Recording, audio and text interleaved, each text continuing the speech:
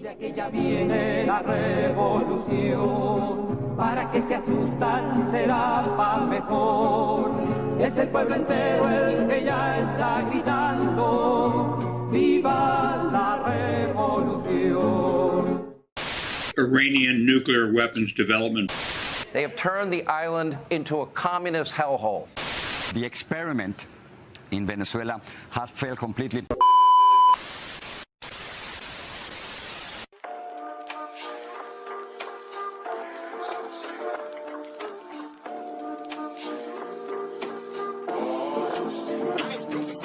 La bestialidad imperialista. Bestialidad que no tiene una frontera determinada ni pertenece a un país determinado. Bestias fueron las hordas hitleristas, como bestias son los norteamericanos hoy, como bestias son los paracaidistas belgas, como bestias fueron los imperialistas franceses en Argelia. Porque es la naturaleza del imperialismo la que bestializa a los hombres, la que la convierte en fieras sedientas de sangre que están dispuestas a degollar, a asesinar, a destruir hasta la última imagen de un revolucionario, de un partidario de un régimen que haya caído bajo su bota o que luche por su libertad. Y la estatua que recuerda a Lumumba, hoy destruida pero mañana reconstruida, nos recuerda también en la historia trágica de ese mártir de la revolución del mundo, que no se puede confiar en el imperialismo, pero ni tantito así, nada.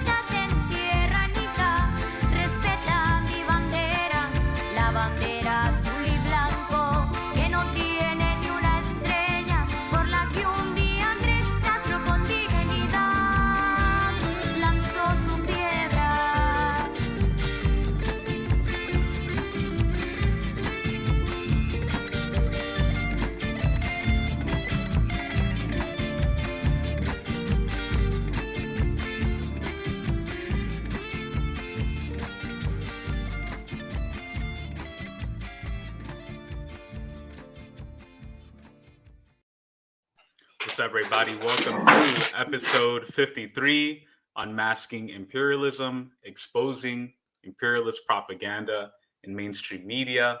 Today, we are exposing mainstream media coverage of Comandante Daniel Ortega, the president of Nicaragua, the democratically elected president of Nicaragua, who won the 2021 November election fair and square with over 75% of the vote.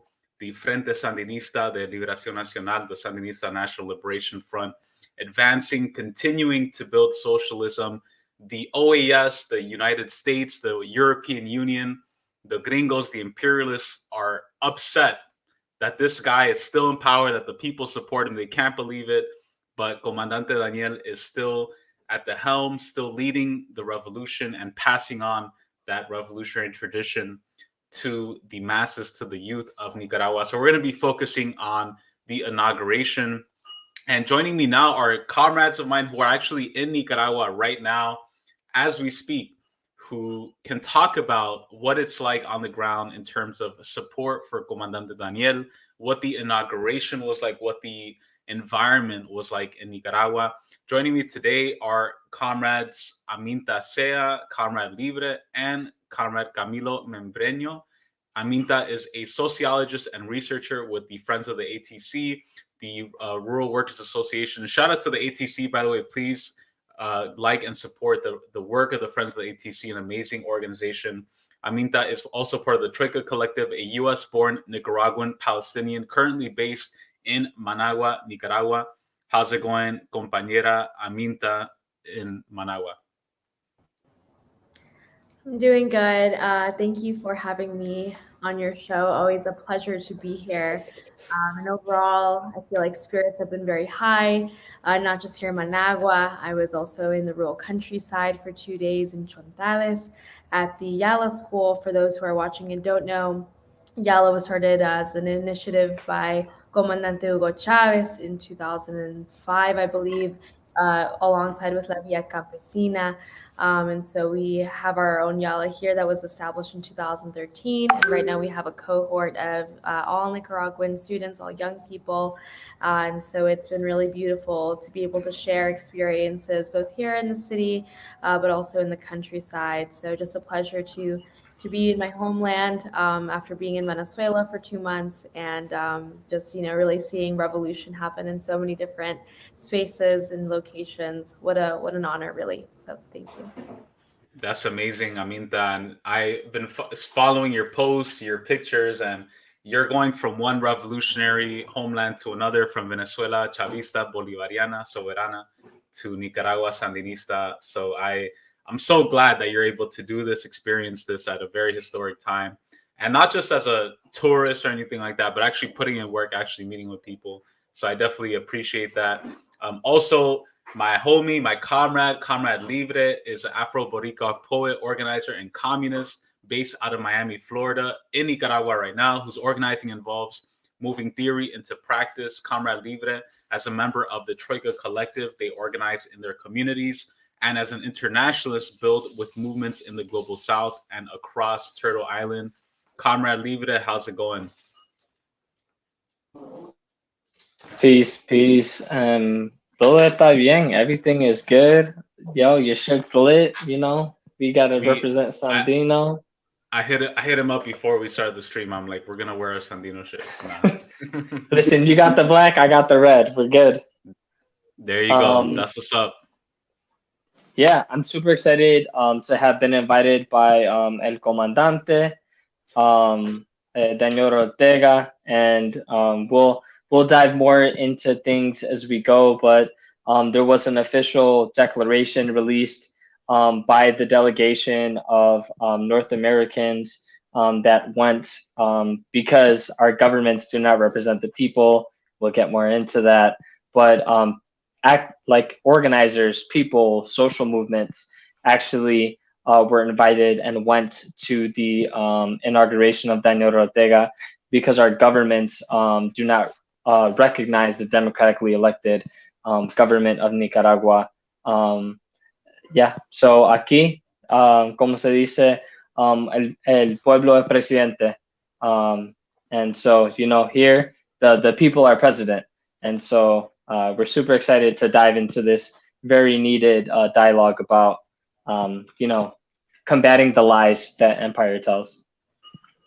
Most definitely, Comrade Libre. And Comrade Libre looks like has so much life and energy. I could imagine the energy you have inside of you just being in Nicaragua, meeting all these dope people, doing all these great things. I'm so glad that you're able to be out there and represent and also organize the internationalists in the internationalist spirit, because we also know Comrade Libre has been active in the Borican National Liberation Movement as well.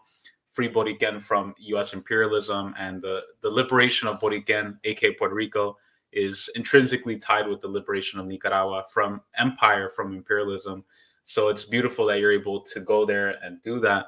And last but not least, my homie, my comrade, mi compañero, mi hermano, Camilo Membreño, who is a Managua-based writer and poet who studied sociology and has worked with social and labor organizations, workers' unions, and co-ops in Nicaragua. Camilo is a member of the Leonel Rugama cultural movement.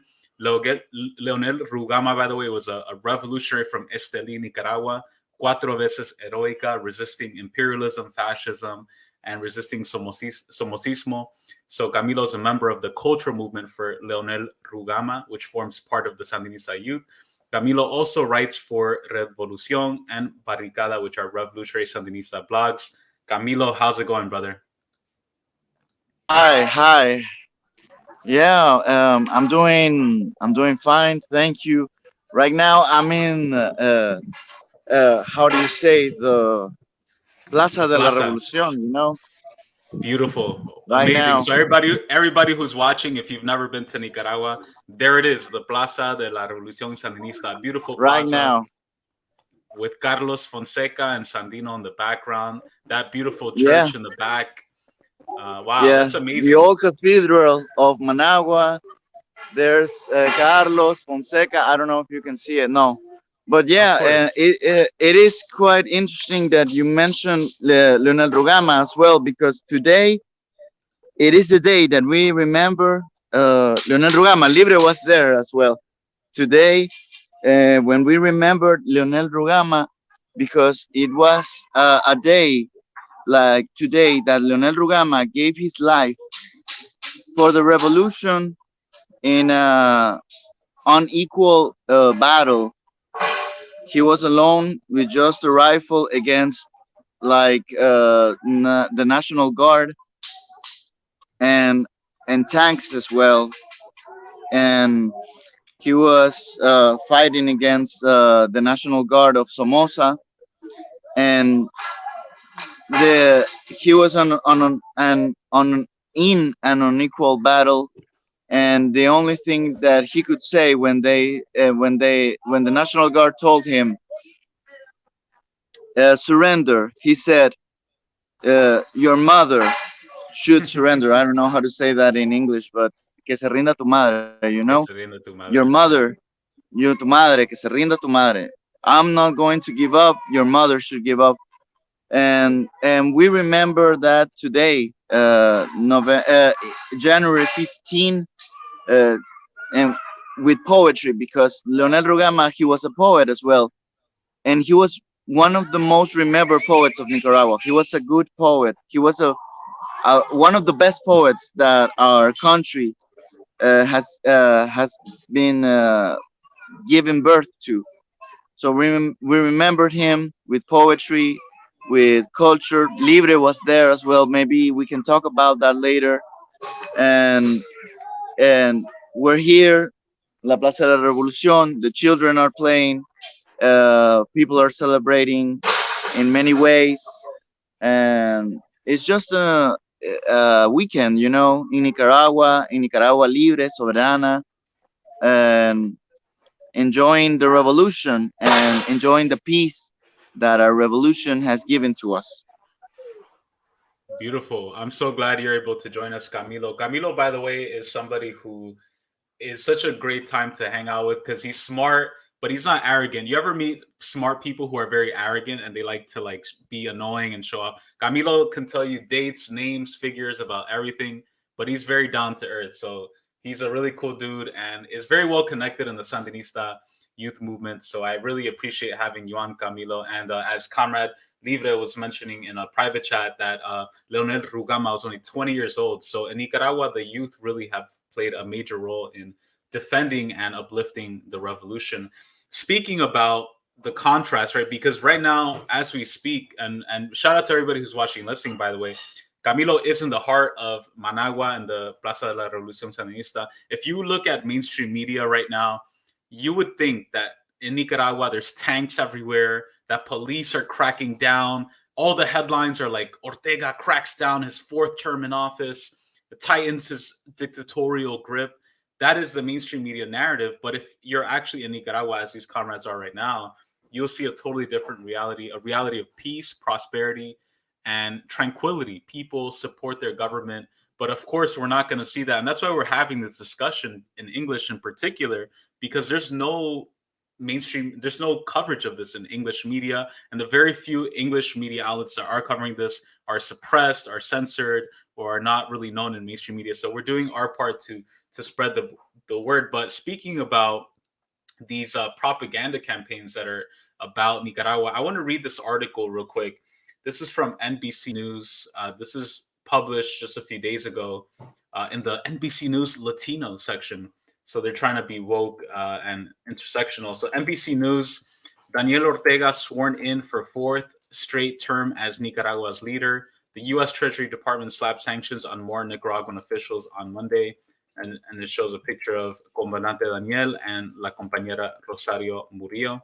So I just want to read a little bit of this and then actually hear from the comrades who are there for the inauguration, their thoughts about what actually happened. So Nicaragua President Daniel Ortega was sworn in for a fourth consecutive term Monday, following elections considered rigged and on a day marked by sanctions from the United States and the European Union against members of his government. Alongside him was First Lady Rosario Murillo, sworn in for her second term as vice president. We are going to continue fighting to defend the people so that they have healthcare, education, and housing, the former Sandinista commander said in the capital's Revolution Plaza, filled with the waving flags of his party. By the way, the people of Nicaragua still consider him the commander of the Sandinista Revolution.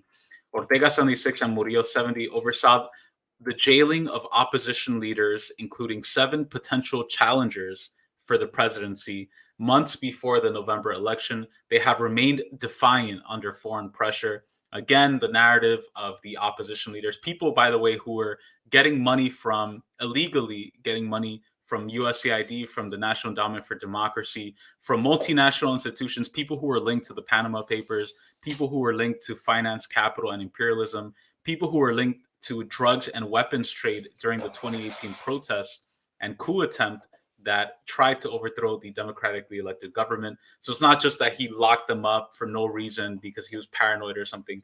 These are actual criminals who are trying to overthrow and bring violence to the country. On Monday evening, Ortega called for the lifting of sanctions against Venezuela and Cuba, both of whose leaders attended the event, and said U.S. president has, quote, more than 700 political prisoners, in reference to those jailed in relation to the storming of the U.S. Capitol a year ago. By the way, he never said specifically January 6th. Ortega was pointing out that there are political prisoners in the United States, Mumia Abu-Jamal, so many others, Leonard Peltier, but for some reason they focus here on the January 6th Capitol riot, so to make it seem, to try to link him with the right wing in the U.S., which is, I think, a tactic that they're trying to do. Ortega maintains that huge street protests against his government in April 2018 were an attempt to overthrow his government with foreign backing. It's not just Ortega saying, it's objective reality. Earlier Monday, the U.S. Treasury Department slapped sanctions on more Nicaraguan officials. The Treasury Department announced it will freeze the U.S. assets of the defense minister and 5 other officials in the army, telecom, and mining sectors. As with dozens of Nicaraguan officials already under sanctions, U.S. citizens will be prohibited from having dealings with them. So more economic warfare, political warfare against Venezuela. And here they quote the Treasury Department, a statement, quote, since April 2018, the Ortega-Murillo regime has cracked down on political opposition and public demonstrations, leading to more than 300 deaths, 2,000 injuries, and the imprisonment of hundreds of political and civil society actors. I have to stress here that this figure of quote unquote 300 deaths, again, most of those people who died in 2018 were Sandinistas, were police officers, were innocent people, not killed by the government or the Sandinistas, but by the opposition. And so here's a complete bold-faced lie trying to say that 300 people died because of Ortega and the Sandinistas, which is 100% not true. The State Department said Nicaragua, quote, continues to hold 170 political prisoners, with many of those detained suffering from a lack of adequate food and proper medical care. The State Department is also imposing visa restrictions on 116 individuals linked to the Ortega regime, including mayors, prosecutors, university administrators, as well as police, prison, and military officials. So more nonsense, more bullshit from mainstream media. What I want to do, maybe we can start off with you, compañera Aminta. Your reaction, first of all, tell us about your experience at the inauguration. I'm sure very different from what mainstream media is pointing it out to be. Tell us about what your experience was like being there. You actually got to meet Comandante Daniel, which is awesome, and I'm jealous of you. But I'm happy for you. I'm happy for you that you got to meet him and take a picture of him. And what was the environment like compared to what you're seeing in mainstream media? So I think that Nicaragua, similarly to Venezuela, at least that I've experienced most recently, not only the inauguration, but in the last couple of weeks, is that it is a site that really brings the world together. Why is that? Well, to begin, at the inauguration, there was an abundance of young internationalists present. Internationalists who are, Central American. Libre and I, for example, were able to share experiences, share knowledge, and learn a lot from our Panamanian comrades, from our Costa Rican comrades, people that are, fighting neocolonialism in their home countries, right? And so they look at Nicaragua as an evident example of what can be attained when there is social struggle, when there is socialism at the forefront, and when we look at imperialism as our primary contradiction. Further, I also want to add that, there weren't just a lot of young internationalists, but there was a bunch of young, militant Sandinistas, so many people that were rallying for the government, that have fought so militantly for what Sandinista really stands for, right? Nicaragua is a country that is, it carries a lot of colonial baggage. It carries a lot of generational trauma. But, I think that's something that is so revelatory and so brilliant, as that through struggle, through finding means of, holding our communities accountable, and, also actively engaging in material, tangible change, such as agrarian reform, such as, fighting machismo. I think I've mentioned this before on your show previously, but Nicaragua internationally ranks 5th in gender equality. And, I say this all the time as a young woman, where I've walked, in the US, and I have felt very unsafe, and I have, had to deal with people following me. I've had to deal with people harassing me. I've never once, I've been here since July. And also, I've been visiting Nicaragua ever since I was a kid, but I've never wanted to deal with that. I've never wanted to deal with that. And that is something that, really demonstrates what Sandinista means for everyday people. Further, I think other things that really, stood out to me right during the inauguration was Ortega's recognition of Palestine. That was so, so important. That was so fantastic and beautiful. And I say this as well, I'm not just, I'm Nicaraguense, but I have Palestinian ancestry. We see the struggle and the fight that is going on in Palestine, and, the importance of fighting Israeli occupation that is obviously, as we all know, funded by the U.S. government. So I think that it was an incredibly beautiful experience to see everybody there, to see everybody, cheering. What an honor, right, to be in the same space. It's not just Comandante Ortega, but also the President of Cuba, Miguel Díaz-Canel, and also Presidente Nicolás Maduro. Qué ánimo, qué loco, qué inspiración, no? And then also we had representatives from Iran, from China, countries that are actively trying to build a multipolar world. And I think that, the United States government with the USAID, with the NED, they tried and failed to establish a coup in 2018, right? And so this is sort of the big fuck you to empire from the Nicaraguan people. And we're saying, our revolution is here to stay. And we're going to continue advancing our struggle, and we're going to continue allying ourselves with people that are actually dedicated towards protecting people's sovereignty, right? Towards protecting people's human rights. So from the get-go, I mean, what a beautiful experience it was to be able to share such a historic moment during Ortega's inauguration. And I'm so excited to see how Nicaragua is going to advance, particularly now that we've reestablished our foreign relations with China. We said, ciao, Taiwan, enough is enough, and we're rebuilding for a multipolar world. So it's incredibly fantastic. That's awesome, man. I'm so glad that's cool that Miguel Diaz-Canel, Maduro, the Iranian representative, Chinese, like that lineup sounds cool. That after party sounds like it was probably lit as hell too. That's awesome, man. I'm so glad that you got to experience that, especially as a Nicaraguan in your home country and seeing this amazing revolutionary celebration. I think it's something that's very beautiful. And I'm glad that you yourself got to meet Daniel and so many amazing people. I think that's so beautiful. Maybe let's go with Comrade Libre. I just want to show, by the way, this is Comrade Libre right here, our very own Comrade Libre with the Comandante Daniel putting his hand on his shoulder. Comrade Libre looking militant, ready for battle, ready for a revolutionary struggle with Comandante Daniel. That's such an amazing opportunity that you got to meet him. And I wanted to ask you, Comrade Libre, how did you feel at that moment? And tell us a little bit about like what you've been doing in Nicaragua, because you've been pretty busy out there from what I've seen. Yes, there's a lot of work to combat the lies, and that's why it's so important to have spaces like Unmasking Imperialism, like Troika Kollective. That's the reason why we exist, right? To talk to the diaspora, but also to create a platform for our comrades that are building against imperialism in countries. So specifically, we're talking about Nicaragua. In that moment when I met Daniel Ortega, first of all, I gave him a handshake, very formal, and then he just reached for my shoulder. I was like, can I take a picture? He's like, absolutely. I was like, as a Boricua that's fighting for independence from U.S. imperialism, like, I want to thank you for offering an example that we can look at.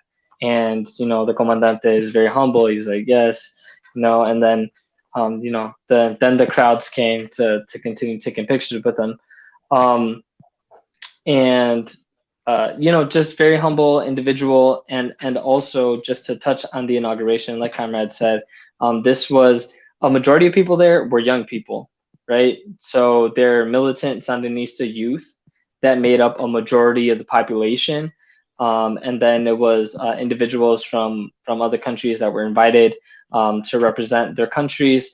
And for those that have governments that represent their people, there were government officials there representing their people. Comandante Daniel Ortega was very clear. He's like, I have nothing against the people of Turtle Island, of the U.S. I am against the government, right? Not the people, not the working class, the hard people that do day-to-day labor. We are in solidarity with those people as they are struggling to overcome imperialism. And I think that that's so important, right? Because here you have news media outlets that are attacking this individual, and then you have this leader of a sovereign nation that is like, I'm not against the people, I am against the government. And to this, I'll make the point that, and this is the same point that I made when we had our press conference, right? That in the U.S., there is not a government that represents the masses of the people. In Nicaragua, there is. And so you see this contradiction that exists, in which I'm going to go to another country because I recognize the sovereignty, and my government is trying to attack that country, just like Miguel Díaz-Canel in Cuba, and Maduro in Venezuela. And so we are constantly fighting against these things. Comandante also brought up Palestine, as Comrade shared, but also free Alex Saab, right? The contradiction that exists between claiming that there's democracy in the US and then Julian Assange is extradited, right? But we live in a country that has free speech, and Alex Saab is extradited. And what were these people doing? One was telling the truth, and the other was seeking medical supplies and food for a country that is being bombarded with sanctions. It was just a very beautiful experience to be there with comrades and to see international solidarity, the work that we do oftentimes in Turtle Island, come into fruition and just come into a whole event. I mean, it was just beautiful. And so definitely excited. And it was just a very humbling experience. In terms of the other work that I've been doing, I'm also part of the Friends of the ATC network and La Via Campesina. And so I was learning how to pick coffee, the process that it goes through, and also supporting and translating for the delegation that's here harvesting coffee. It's the tail end of the harvesting season for coffee. And then also interviewing folks so that it's not me talking about Nicaragua, but let me interview a Nicaraguan campesino, campesina to tell you the strides that they've been able to make under the FSLN government, and how they have been able to develop not only sustainably, right, in terms of not going against environment, right? They use a lot of solar energy, natural power, but also in the ways that they're able to support autonomous reasons of indigenous people. An example that First Nation folks can use against imperialism and New Africans can use against the illegal imperialist government of the US. Beautifully said. And I'm so glad that you got to do all those things, a little mix of politics, of the environment, literally grounding yourself, planting trees, planting coffee, and doing some amazing work, solidarity work. I think that's such a beautiful thing to be able to do that. And I highly recommend for anybody who's watching and listening, I think Friends of the ATC, especially for people in the US, is such a great organization to connect with, to be able to travel to Nicaragua, to experience it, to meet with the farmers, the agricultural workers, who are the base of the revolution. Over 90% of the food that people eat in Nicaragua is from Nicaragua and is locally sourced within 10, 15 miles. Nicaragua is able to feed and house and clothe their people so well in ways that other countries haven't been able to. So I highly suggest going to the Friends of the ATC, and just some amazing people, Edgardo, Fausto, Erika. I miss all of them, and I'm glad that you guys got to hang out with them and say hi to them for me. Camilo, I wanted to ask you, because you have, obviously you're born and raised in Nicaragua. You've been very involved in the Sandinista youth movement in Nicaragua. What was the ambiance, like the environment, like for the inauguration of Daniel Ortega? And also, as Nica in Nicaragua, what are some of the things that in this fourth term, in this new stage of the revolution, what are some things that the government is trying to work on, whether it's how to fight sanctions, or what are some of the big issues that Daniel is going to have to, and the party are going to have to kind of sit down and figure out over the next few years? Yes. First of all, I wanted to say, referring to the article you read, it's Comandante Daniel Ortega is not the ex-commander of the revolution. The revolution is still going on. It's not something that happened in the past. It's not something that, it's not even in the present. It's in the future. The revolution, it's not, there's a truck if you can hear it, but yeah, the revolution, it's not something that happened in the past. It's going on in the present, but it's also the future as well. what we are going to do, and it is a mouse. I mean, it is an objective in the future, so to speak. So for this fourth term, there's a plan. We in the first term, the second term, and the third term, the government, the Sandinista government talked about the a plan for human development. But now in the fourth term, we're talking about a plan for beating poverty. That's the main objective. Eradicate poverty. We are a very poor country, as a very small country as well, and our main objective is the complete eradication of poverty. That is our main objective. That is the objective of the revolution, of the party, of the Sandinista party, is to eliminate all forms of poverty, extreme poverty, and any form of poverty. And we still have a long way to go, of course. We are a very small country, and we are a very poor country. But yes, like you said, the backbone of this revolution, as Sandino said, as Carlos Fonseca said, is the workers and the peasants, los campesinos y los obreros, como decía Sandino. As Sandino said, those the workers and the peasants are going there. They will be the only ones that will go until the end. Los obreros, los campesinos son los únicos que van a ir hasta el final. So the bourgeoisie, the petite bourgeoisie, they are not that important for the revolution. The only class that is truly revolutionary are the workers and the peasants. So those are the main that's the main objective, to empower the workers through unions, workers unions, and also the peasants through co-ops, to the reforma agraria, agrarian reform. That's how you said, right? So for the peasants to be the owners of the land, to be the owners of a co-op, for them to be the truly revolutionary class, like Sandino said. Yeah, because Sandino said, I incline for a co-op regime. Yo me inclino por un régimen de cooperativas.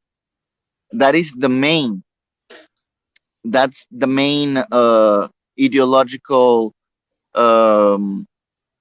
source, the stone from which we can develop all of the ideological Sandinista, the Sandinista ideology. Because Sandinista, the Sandinism, or el Sandinismo, is not just a copy paste from Marxism, Leninism, or a copy paste from the Cuban Revolution or any revolution. This is or the Chinese Revolution as well. This is a revolution that is truly Nicaraguan, that it can only work here, and which is only objective, and it can only work here because of the it is a socialism with Nicaraguan characteristics, right? And that's what Sandinism is. So that's the main objective, to eliminate poverty. And it's obvious that in the next 4 years or 5 years, it won't be done, because the poverty is very strong. And of course, with the sanctions as well, you're not only affecting government officials, as the U.S. imperialism says, you're affecting all of the country. And so we must also fight against the sanctions to eliminate the sanctions, because of course it's against international derecho internacional, like well, international derecho internacional, it's against that. It's against our sovereignty as a country. So we must fight against that. That's, as well as you mentioned, we also look for all other horizons, like being part of the Silk Road from China. We're looking for that. That's we invited, like Libre said, here in the inauguration, there was a bunch of people that the U.S. totally hate, like Iran. Yeah, They were so Iran, mad. Cuba. It's so funny. They were so mad, like, because there was like Iran and China. That the U.S. That's the main the ones that U.S. hate the most, right? Right. But we also have people like the Puerto Ricans as well. The people that are not strong and powerful, like China or Iran, but they're fighting against imperialism as well. Puerto Rico and other countries that are not internationally recognized, like the Republic of I don't know how to say that in English. Sahara, right? So Western they're Sahara, I also think. right. So and that's the struggle of the people that are not internationally recognized. So it's not only, we're aligning with the most powerful countries that are against the U.S. Yes, we are, but also with the small ones, the ones that are still in struggle, like Palestine, like Puerto Rico, like Sahaudi. So, and we're one of them. We are one of the small ones as well. And right now, these liberal media outlets, they were talking about Nicaragua for 1 week, and then they will forget about us, as always. Yeah. And we will keep on struggling. Maybe in like 5 years, they will talk about us again or whatever. So I don't really. It doesn't really matter what they say. Those media outlets. We're gonna keep on struggling. We're gonna keep on fighting, and we're with these small countries, with these small nations that are fighting for liberation, as we once did, and we are still struggling. And we're also going to be friends with the small and with the big and powerful countries like Iran and China. Everything in sake of unmasking imperialism and beating imperialism. Beautifully said. And I'm glad, Camilo, that you touched on the foreign relations and the international politics, because one thing I find interesting is that Nicaragua has always been a hub for internationalism, given that it's in the center of Central America, and Nicaragua has been connected to so many struggles around the world. As I was doing research about Sandino, it's really interesting because Sandino spent time in Mexico and was deeply inspired by the Mexican Revolution. And there was a lot of solidarity between Mexican peasants and campesinos in Chiapas and in southern Mexico and in Nicaragua during the time of Sandino, as well as in El Salvador with Farabundo Martí, who founded the Communist Party of Central America. And it's really interesting because as I delved deeper into that history, I found out that Farabundo Martí traveled to New York City to attend the Anti-Imperialist League of the Americas conference, and also represented Sandino and brought information from Nicaragua to New York. And at the same time period, another revolutionary who was involved at that time, who was also in New York, traveling around that area, organizing for liberation, is Don Pedro Albizu Campos, who is a Puerto Rican revolutionary. And their contemporaries, Martí, Sandino, Farabundo Martí, they're all at the same time. The same with Mariátegui in Peru. Sandino was corresponding with Mariátegui about reviving the dream of Indo-America, talking with Pedro Albizu Campos about Puerto Rican liberation. And moving forward, we have Nicaragua deeply, Daniel Ortega himself traveling to the DPRK, working with North Korea, DPRK, supporting Palestinian liberation. So the Nicaragua revolution has been so deeply international. I wanted to ask you, compañera Aminta, what are your thoughts on the internationalist nature of, you mentioned that there were people from all over. What are your thoughts moving forward on the internationalism of the Sandinista Revolution? We know that the Palestinian standing firm with Palestinian liberation is something that's very positive, standing firm with Cuba and Venezuela, as well as Russia, Iran, and China. What are your thoughts on the future of Nicaraguan internationalism?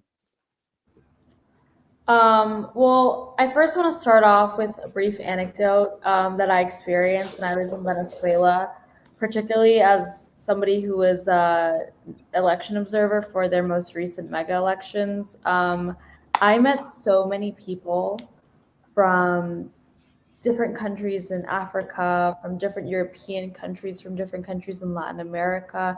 And they had all, when I told them I was from Nicaragua, because there were, to be fair, there weren't that many Nicaraguenses as observers this round.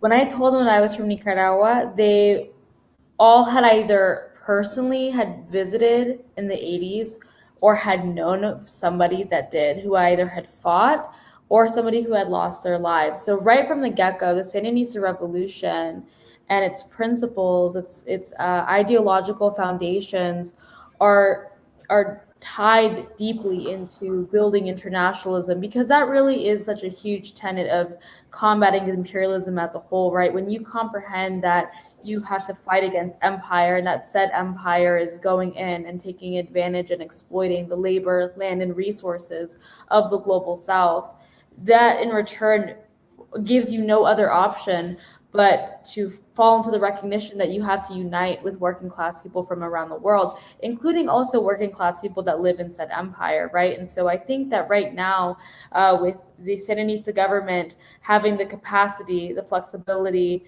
to further continue to establish its sovereignty and establish diplomatic relations with China, that for, I think, a lot of us brings in a lot of hope, right? Because we see the ways in which China has been successful in enacting forms that completely, are very close to, at least better said, eradicating poverty within its borders. We see that China does have a commitment towards human rights, regardless of what mainstream media says about these so-called, and mind you, these are completely fabricated claims whose initial sources come from the CIA, but China's committing these so-called human rights abuses. But of course, these same sources don't talk about the human rights abuses that happen all the time in the United States. I mean, let's put it simply. Look and compare Nicaragua and China's COVID response to what is happening in the United States. And you really, yo lamento demasiado, right? I lament heavily the ways that the US working class has been failed by its government, because its government does not actually have any serious kind of commitment towards ensuring the health and safety of its people. It will continue to profit off of endless murder, right? And so, meanwhile, the United States is moving more and more towards the right. I mean, we see the failure, the pathetic nature of the current Biden administration, where clearly midterm elections, not that there's any real kind of democracy in the United States to begin with. I think it was Princeton or some academic institution that recently demonstrated in an analysis that public opinion actually doesn't sway any politics, which are things that, I think as scientific socialists, we already comprehend and understand. But it really just goes to show that, the U.S. is going to continue moving to the right. It's very plausible that, next election period, you have a warmonger acceleration that's like Mike Pompeo, who's going to run. But then look towards what the multipolar anti-imperialist sector of the world is doing and building, right? These are nations that are fighting to eradicate poverty. These are nations that are also actively putting in the work, not just on a diplomatic governmental level, but also on a people-to-people local level of, ensuring that there is a serious commitment towards international solidarity. Solidarity, I think we have to recognize is a verb, right? It's something that is active. You're actively engaging, you're actively learning about the struggles of people in different parts of the world. If you have the opportunity to, and like we've mentioned before, I think Friends of the ATC is a brilliant organization. It is what, for me, has allowed to return to my home country and has, brought up so many, I can really only describe it as both like educational and in a way almost like spiritual experiences of like being able to just like connect with my people and like be engaged actively in revolutionary work. There's so much to learn from that, right? And I know that Friends of the ATC is not the only organization internationally that can provide those opportunities. And as we're continuing to build, and as the contradictions espoused by capitalism and imperialism continue to, show themselves and come to light, and working class people internationally are finding different ways to organize, whether that's through unionizing, whether that's through engaging in a grassroots movement, whether that's through engaging in international solidarity. And honestly, it oftentimes is a mixture of the three. We really see the development of a serious commitment to fighting against U.S. empire, of a serious commitment saying like, fuck you to the EU sanctions, fuck you to the US-backed sanctions. Nicaragua is not the only country that is facing these illegal unilateral coercive measures. It's also 38 other countries, right? And so I think that going forward, and something that brings me a lot of hope, is just like, again, seeing so many young people engaged, even in Venezuela during the mega elections, but also I was also an election observer here in Nicaragua. Like in both processes, you do have the guidance and the wisdom of a lot of people that have been in the struggle for decades, but also you have the engagement of young people and people who, are willing to learn and who are going to bring about new phases and new ways of conceptualizing what how can we deal with capitalism and imperialism, as also they have been changing rapidly, right? Because then I just think about like hybrid warfare and like the wars against Venezuela and Nicaragua, right? Because it's not just economic through sanctions, it's also diplomatic. Let's look at what's happening with Alex Saab, right? It's also informational, right? It's media warfare, it's manufacturing consent, right? And so I think that in spite of all of this, the beauty that I think we're experiencing now as we enter this new historical phase is that more and more of us have the capacity to be connected with one another. How many people, right? I'm speaking personally, but like how many beautiful, brilliant, fantastic, revolutionary, inspirational people have I met in less than half of a year? And then you just see like how much work is being done, like both, politically, through like agroecology, through the arts. Like there's just so much, and for me it brings me so much hope. And that's the energy I really want to bring when I also talk to comrades and working class people in the United States, because I lived in the US the majority of my life. It's incredibly difficult. It's incredibly difficult to find opportunity. You have nothing that like is affirming you as a human being. The alienation imposed by capitalism it's no joke. Like it's depressing. It's easy to become apathetic. They want you to become apathetic. They want you to become distracted. But that's the brilliance of being able to distribute this information. And I say this as somebody who's wanting to communicate that, but also as like, somebody who I'd be more than happy to just like share the links, share the posts, share whatever information is possible, so that people really see like there are honestly millions of people out there that are dedicated towards building revolution, and that's I don't know, it brings me with a lot of excitement and joy, and I feel just so much revolutionary optimism. That is the energy that I feel as this like, January is coming to a close, but like 2022 just started. So 2022 is already lit as hell, and you're already doing amazing things.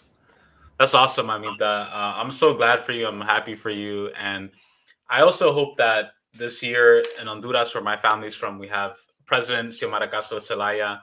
I hope that Nicaragua and Partido Libre in Honduras can begin to build solidarity and build that dream of Morazan to reunite Central America, to build alliances, because both of our countries have a lot of rich history, resources, diversity.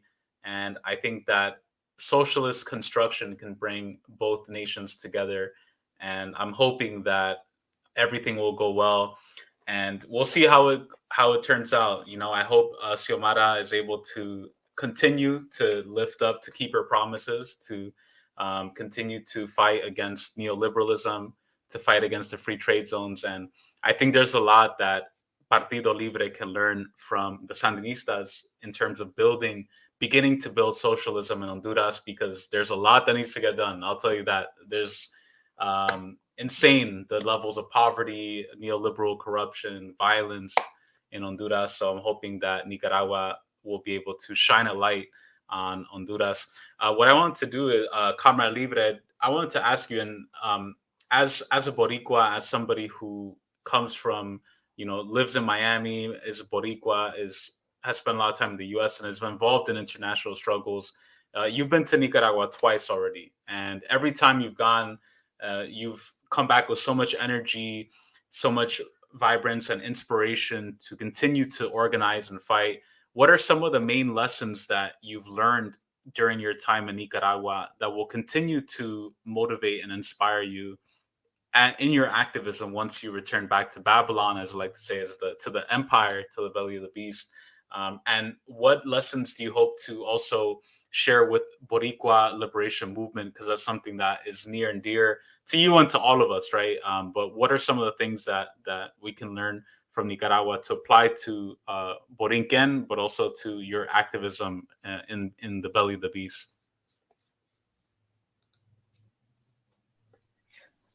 I mean, I've learned every time I come, I just take more and more inspiration. Like you said, Conrad, when I come here, I feel like my glass gets filled, right?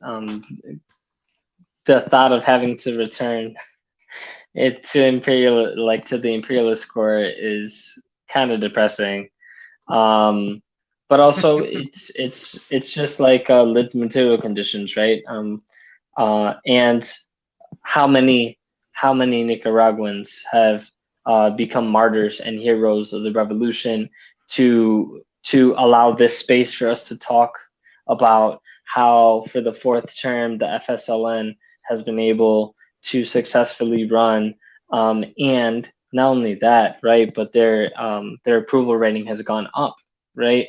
And again, this is part of combating the lies of imperialism, and also recognizing the fact that that oftentimes, like, the role of imperialism is to create, at least currently, right, these neoliberal trends that have you, go out and protest against the U.S. government, but then when they impose sanctions on Cuba, you're going to go out and say that Cuba has a dictatorship. And it's like, so the same government that is oppressing you somehow has a correct analysis on another country that it's trying to overthrow, right? And I know, I've grown up here, right, in Turtle Island. We don't teach critical thought. We don't actually have education systematically that allows individuals to have space to healthily debate things, and also to continue the revolutionary spirit of this thing called curiosity. If you see something on the headlines, you should question it, even if you agree with it. Yeah. See where the sources are coming from, have a better understanding, be principled.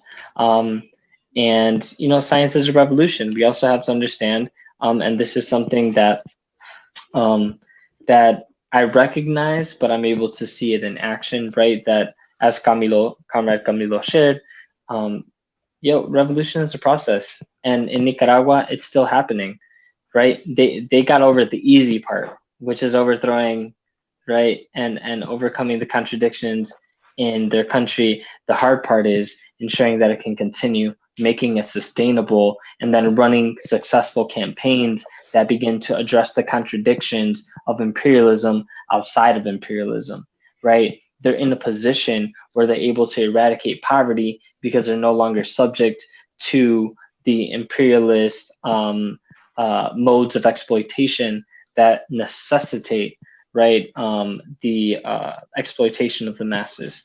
And so, you know, I reflect on this often, right?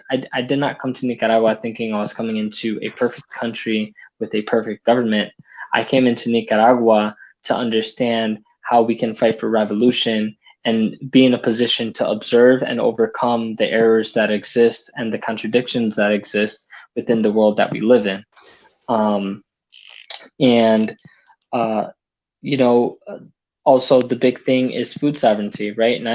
Over 85% of the food is produced here. 99% of the population, even if you live in farmland, have access to electricity, 75% of that electricity being renewable energy. So, you know, under capitalism, there's this lie that you cannot develop sustainably. And what the Nicaraguan, what the Frente Sandinista has shown us is that that is absolutely an imperialist lie. We can develop sustainably and also meet the needs of the masses despite sanctions, and also put ourselves in the position that despite sanctions, people in this country will eat. And that is something that I am observing and that I want to take back to my compañeros in the fight for liberation, right, is that food sustainability as well as renewable energy, which are happening on like lower levels now, especially as there are growing movements with the discontent of imperialism and the settler colonial government of the US, but also the spirit of internationalism, right, to combat that myth that for Borinquen to exist, it necessitates being dependent on the US. No, how about we collaborate with countries that recognize our sovereignty and recognize our need for independence? So we need to be building with countries like Nicaragua. This is how we will maintain and continue to maintain our sovereignty. And as Amilcar Cabral says, you know, you measure a country's potential for liberation based on how different their culture is from the oppressors. And what I have seen here in Nicaragua is a government where they can honestly and truthfully say, El pueblo es presidente. And Daniel Ortega, at his inauguration, took off the ceremonial Nicaraguan flag that was placed on him. He held it up with his left hand and he said, "This is for us. We are all going to take an oath to uphold the Sandinista tradition, to protect our country, and to ensure that our people are moving forward," right? And that is not something I have seen in many countries. And for Maduro to be there and for Diaz-Canel to be there, right, in solidarity, and for China to be there in Iran, it's just such a beautiful reminder that of our responsibility as working class people in Toro Island to overcome imperialism, but also to support our comrades in their countries, in their fights, as the Western left, some factions are trying to attack, right? We have a responsibility to educate our comrades and to move them closer to the truth. And we do that by using facts as scientific socialists, right? Just pointing out the facts. And so I'm very much grateful. And on today and the celebration of the revolutionary poet, right? Que se rinda tu madre. And it was just so beautiful to see that the youth are taking on this revolutionary task of joining unions, and also of forming political parties, like young political parties that move to hold the political line and to struggle together in that revolutionary task of studying and reading and educating. Beautifully said. And I think so many amazing things. And just hearing about that moment where he lifted up the sash and said, this is for us, this is for you. I could imagine how beautiful that moment must have been to see that Daniel is somebody who's very humble. He's very working class. He's very connected to the people. And just to see the attacks against him are really disgusting. But I think that it's important for people like us, for youth, for Latinos, for communists in the belly of the beast to defend Comandante Daniel, even within the left, because I can't tell you, there's so many people out there who, even within the left, I've had to struggle with this.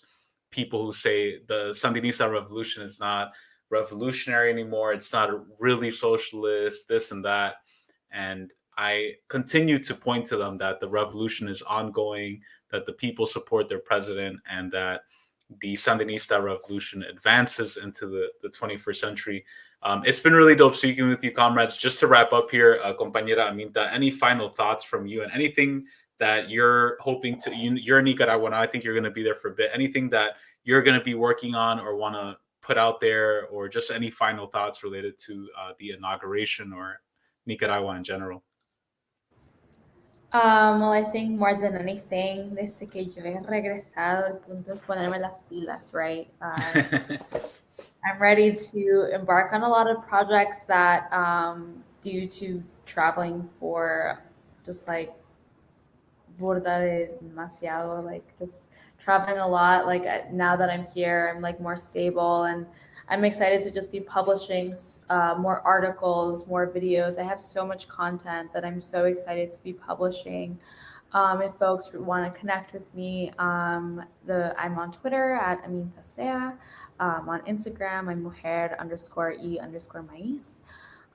And more than anything, I think I'm just excited to continue to travel, also more so domestically inside of Nicaragua, connecting with more revolutionary youth. I think too, something that I'm really excited about is connecting with creative revolutionaries, particularly in Nicaragua, after having a very revelatory and beautiful experience connecting with creatives in Venezuela.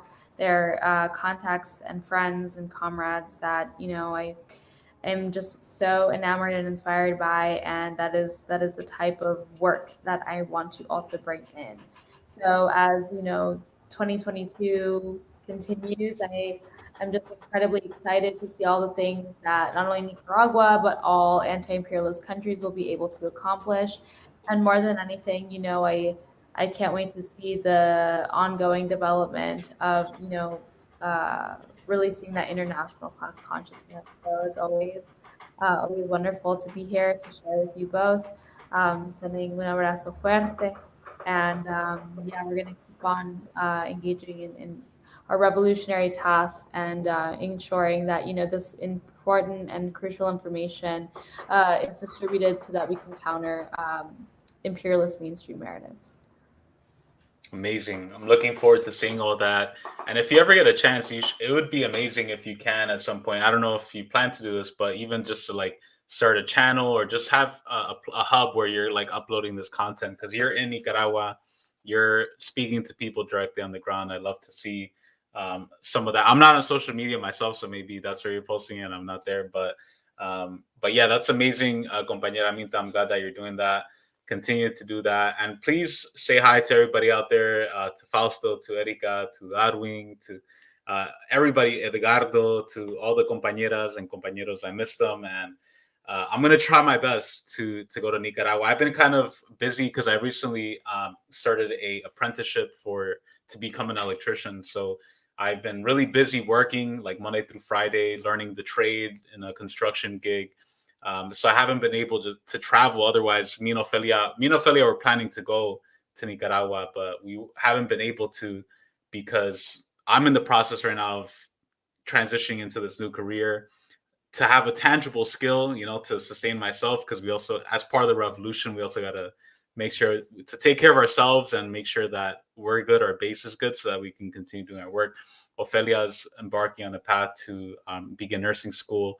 So the timing was kind of rough for us, but we're definitely planning to go to Nicaragua sometime soon, hopefully.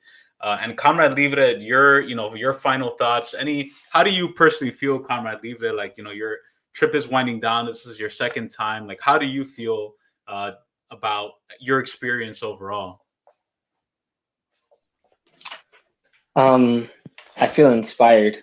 I think the first time that I came, I can say that I almost cried on a few occasions, and that's because anytime that I mentioned that I'm Boricua, the people are like, oh man, like y'all are still fighting for your independence and we support you. And it's like, we don't get that enough. I'm not gonna lie, like in the struggles for liberation, oftentimes there are countries like Borinquen, like Guam, like American Samoa, like Hawaii, that are oftentimes just overlooked. And so Nicaragua is just a reminder that I forget which Nicaraguan revolutionary said this, right? But they were like, the smaller the country, the bigger the dream, right? Más pequeño el país, más grande el sueño. And so for all those that are fighting against imperialism, like, yo, we in that fight, and it's gonna happen. And we have a revolutionary duty to those that have already made sacrifice to continue fighting. And Nicaragua is that in real life, right? It's like a mix of Wretched of the Earth, and all these beautiful things, Veins of Latin America. It's seeing all these things play out in real life, and you get to hear the revolution sung to you by Diego Aguirre, and so these things are so beautiful, right? In the international proletariat struggle that oftentimes Fred Hampton referred to, we're able to see where Nicaragua again brings these words to life, and it is such a beautiful thing to be energized and to feel like I'm seen and I'm heard. Even today, right? At the poetry event, people are like, "Oh my God, like we love your country. Like, thank you for coming and supporting us." And so it also brings into question the role of culture, which we're not going to get into. But no movement happens without art. And what I have been able to see also in spending more time here in Nicaragua is that they really mobilize art as a tool to continue the movement and also to keep it relevant to the masses, the youth being the masses, like part of the masses. We have our duty. We have our duty to fight. We have our duty to win. And this is coming to Nicaragua as me refueling to continue this fight, because, like as I have said, and as they say here in Nicaragua, right, this revolution, this fight, we paid for it in blood, and that's not something that we can create any sort of room for error to move back, right? The people are trying to move forward, and we have a responsibility to carry it forward and to keep it relevant. And so I always thank you to the Nicaraguan people, right? Follow Troika Kollective. We're going to be publishing some of the of our interviews, and also there was an official statement on behalf of the delegation of North Americans that was released that talks about the beauties that have happened under the FSLN government, why we support and recognize the inauguration and the democracy that is happening here in Nicaragua, and also the hypocrisy that happens under the U.S. to try to critique the government of Nicaragua. And I'll share that link with you so that you can make it available to folks. It was streamed on national and international spaces, and I think people should listen to it and read it, because it uses the basis of facts, right? We are supporting the Nicaraguan government because of the campaigns that they have done to eradicate and also to develop roads and schools and hospitals. They're building bridges. They built 21 hospitals, right, in the span of short years, versus places where they're shutting down hospitals in the U.S., or you have to pay for these things that are rights. These are human rights that are made into luxuries. And in Nicaragua, You are treated as a human, and it is supported by the laws that are put into place so that you have a quality of life that does not exist in imperialism. Wow, so much to take in and so amazing. I'm glad. I totally know what you mean when you say that you refueled and your energy, your revolutionary momentum. I felt the same way both times that I went to Nicaragua last year. It was right at the perfect time in terms of just getting that energy back. And like you said, I mean, that earlier, like being in the empire, being in the belly of the beast, that shit literally drains you mentally, physically, emotionally, spiritually. And it can lead to pessimism. It could lead to isolation, alienation. And being somewhere like Nicaragua is something that is beautiful to rediscover your humanity, to rediscover what it means to just hang outside and at night, no phones, just talking, by a campfire, or talking with elders about their revolutionary history and experiences, or just even talking to everyday people about what life is like. Humanity, I think that's the best way to put it, just feeling human again. So it's a very beautiful experience. I highly suggest everybody check it out. Thank you so much, comrades. It's been a real pleasure. By the way, shout out to everybody who's watching and listening. Shout out to my homie, my compañero Yamir, who's in the chat, to Big Teal. Love you, Big Teal. Shout out to Salifu, to Comrade Erica, to Jay, to Howard, to everybody who's watching and listening. We spoke with, and also, by the way, shout out to my compañero Camilo Membreño. He had to head out to another event, but Camilo is always invited to the podcast. He's such a great dude. I'm glad that I got to spend time with him in Nicaragua. Camilo is a writer and poet based in Nicaragua who studies sociology, involved with the Leonel Rugama cultural movement, the Sandinista youth movement, Revolución, Barricada. Make sure to follow those accounts, by the way, if you can, especially if you speak Spanish. Revolución and Barricada are amazing, amazing platforms. And of course, we spoke with Comrade Libre, Afro-Boricua poet, organizer, and communist based out of Miami, Florida, and also involved with the Troika Kollective. Make sure to check out, follow, support Troika Kollective, and Aminta, sociologist, researcher with the Friends of the ATC. Please like, share, and support the Friends of the ATC and the Troika Kollective. Thank you so much, comrades. It's been a real pleasure. I hope to have you guys back on soon. Enjoy Nicaragua. I'm jealous of you guys. You guys are going to have an amazing time out there. I wish I was there hanging with y'all, but I'm there with you in spirit. Ofelia and I hope to be there soon. Patria libre o morir. Viva Sandino. Viva Borinquen libre. Viva Nuestra America. Viva Socialismo. Long live Marxism, Leninism. Long live the spirit of proletarian internationalism. Thank you so much, comrades. It's been a real pleasure. We're going to go out to some amazing revolutionary music. Mi comandante se queda. Daniel se queda. Viva la Revolución Sandinista. Peace out, comrades. Have a great night and take care, y'all. Peace.